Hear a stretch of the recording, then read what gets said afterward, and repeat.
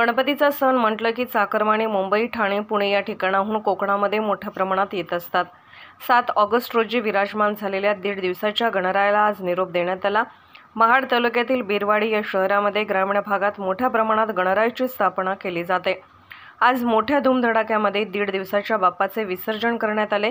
यंदाच्या गणपती बाप्पाच्या विसर्जनाला पावसाने देखील मोठ्या प्रमाणात हजेरी लावली असून गणेश भक्तांनी लाखोच्या संख्येने गणरायाचे विसर्जन केले।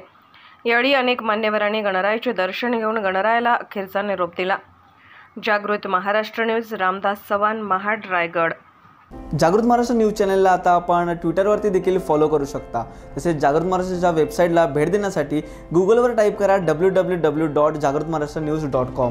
तसेच जागृत महाराष्ट्राला ट्विटर, इंस्टाग्राम, फेसबुक आणि यूट्यूबला फॉलो करा। तसेच बातम्यांना लाईक आणि शेअर करायला विसरू नका। धन्यवाद।